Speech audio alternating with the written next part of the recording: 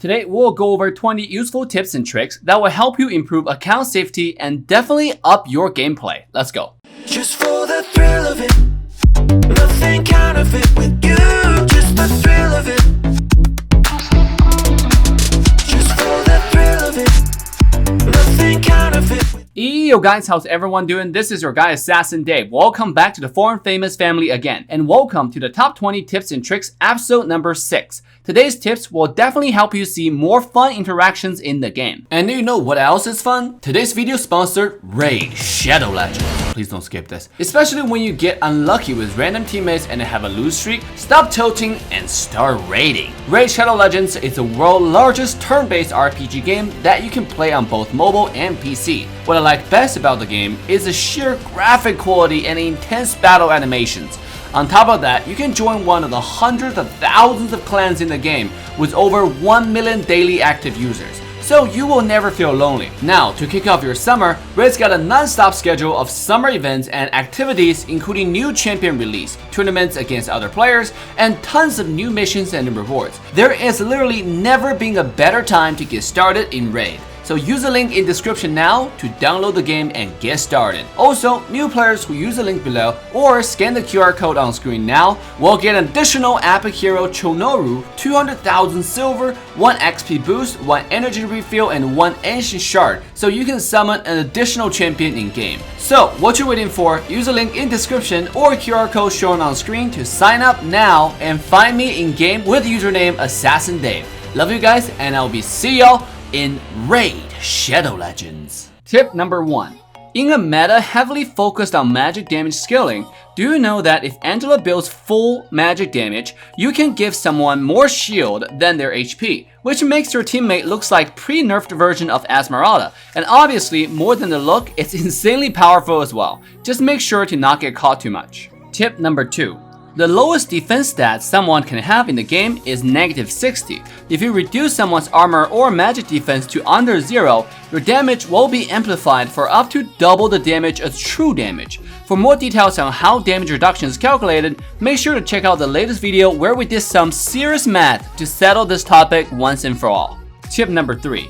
If you want to have knock-up as your first skill upgrade when you are playing well, make sure to put 2 points into skill 2 upon reaching level 3. This way, you will be able to upgrade your skill 2 with knock-up effects and still learn your ultimate. Otherwise, you might find yourself not learning ultimate at level 4 and be stuck with only 2 skills for a while. This bug only applies if you put 2 points into skill 1 before level 4. Tip number 4. Everyone probably already knows about how you can buy the anti-throw potion in the shop to prevent getting trolled by ally Jawhead. But do you know that you can also purchase an item called Broken Heart to prevent a troll Sicilian on your team from randomly pulling you in if you're playing Carmilla? I mean, we can all appreciate the name of the item.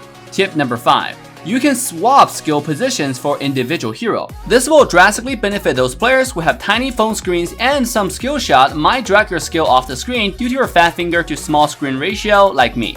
For example, Freya's skill 1 is an AoE skill shot, but her skill 2 and ultimate are not skill shots. By switching your skill 2 and skill 1 position for Freya, you can have a much better gaming experience landing your jump accurately. All you have to do is to go to preparation under homepage and then select skill position and choose the hero you want to make adjustment to. Tip number 6. You can check all your account login history to find out exactly which device have logged into your account at what time. This can clear your suspicion of whether your account has been hacked or not. If you don't feel safe, you can easily sign out of all other devices to ensure you are the only person who has access to your account at this moment. All you need to do is to go to profile and then account and select account center, login history, and voila la, there you go. Tip number 7. Endless Battle and Thunderbelt passive actually stacks, and you can purchase them together to get double true damage. However, if you purchase 2 Azure Blade, which is the core component for both items, you will only trigger 1 true damage. And just a side note, Calamity Reaper's passive can also stack with Endless Battle and Thunderbelt. So if you have red buff and all 3 items mentioned above, you can potentially deal 4 sources of true damage with 1 skill cast. But whether you should buy those 3 items at the same time, well, that's a topic for another video. Tip number 8. Do you know by killing Sun's clone at level 1, you will almost instantaneously reach level 2. This is because Sun's clone actually gives enemy experience and gold similar to Zaz's spawn. But the difference is, Sun's clone give insane amount of experience, especially early game. So if you're playing heroes like Bakuito and stuff, who has high early game burst damage, remember to kill Sun's clone while you can to hit level 2 way ahead of your enemy laner. Tip number 9. The dash plant in the jungle area can actually add 1 stack to Lancelot's passive, so try to use it to your advantage to increase your damage while playing Lancelot. Tip number 10. Do you know that Battle Spell Inspire actually works on Sun's clones? And you can use Inspire anytime to enhance the next 8 auto attack for yourself and all your clones, since clones will basically copy every positive buff Sun has at any specific moment, which means items like Corrosion Scythe and Demon Hunter Sword are extremely good on him. Now, before we continue to the next 10 tips, I know more than half of y'all beautiful sexy people watching have yet to join the coolest, greatest, baddest family in the world of Mobile Legends. If you enjoy the content, make sure to smash the like, subscribe, and turn the bell on to all notification bells for the YouTube algorithm. Love y'all, and without further ado, let's get back into the video. Tip number 11. Another day for another Hanzo ultimate interaction. If Chao kicks Hanzo's shadow and the shadow dies due to the initial kick, Chao can actually still activate his phase 2 ultimate and jump straight to the stunned up Hanzo and kill him. Poor Hanzo. Tip number 12. Your retribution will be casted twice if you use it on an enemy hero standing next to the targetable neutral target. So when you are fighting over buff or river objectives, don't stress over target locking onto the monster. As long as you're in range for retribution, simply by tapping the skill will allow you to cast it simultaneously onto the enemy hero and the monster.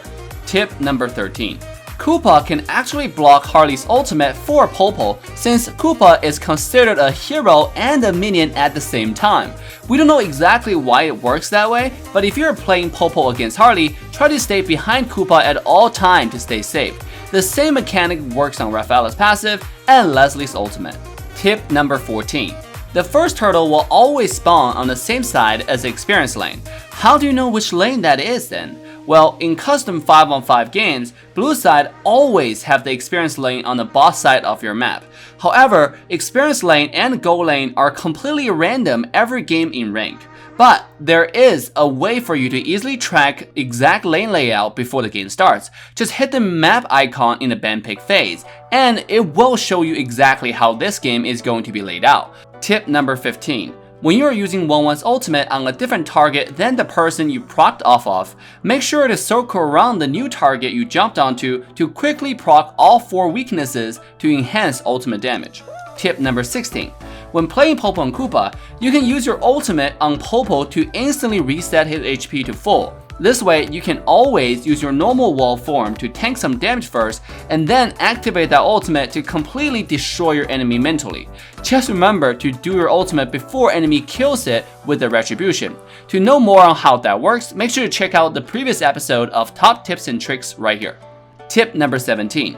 If you accidentally stepped onto Selina's trap while playing Hanzo, you can always use Hanzo's ultimate to carry Selina's trap damage onto the clone, then completely cancel it with a well-timed skill 2.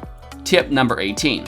When playing Gusion, everyone knows about calling your dagger back when you land your skill 1, but what if you miss your first skill 1? In fact, you can still do insane amount of burst damage by reactivating skill 2 to call daggers back, and instantly use your ultimate to teleport on top of your prey to deal the return damage. Then do your follow-up combos as you do normally. Just remember to fit auto attack in there to trigger your passive for more burst damage.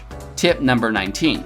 Do you know Odette's passive can bounce off towers? If your escaping enemy is running behind a tower and you have a passive ready, don't be afraid to auto attack the tower to finish your opponents off. Tip number 20. If you want to die funny in game, all you have to do is get a Kai with tank potion, and then every time you die in game, you will look like you're gassing out when you're lying on the ground. Anyways, that will be all for today's video. If you enjoyed it, make sure to smash the like, subscribe, and turn the bell on to all notification bells for the YouTube algorithm. Love you guys, and Assassin Dave signing off. See you guys next time. Bye now. Just for the thrill of it, nothing counterfeit with you.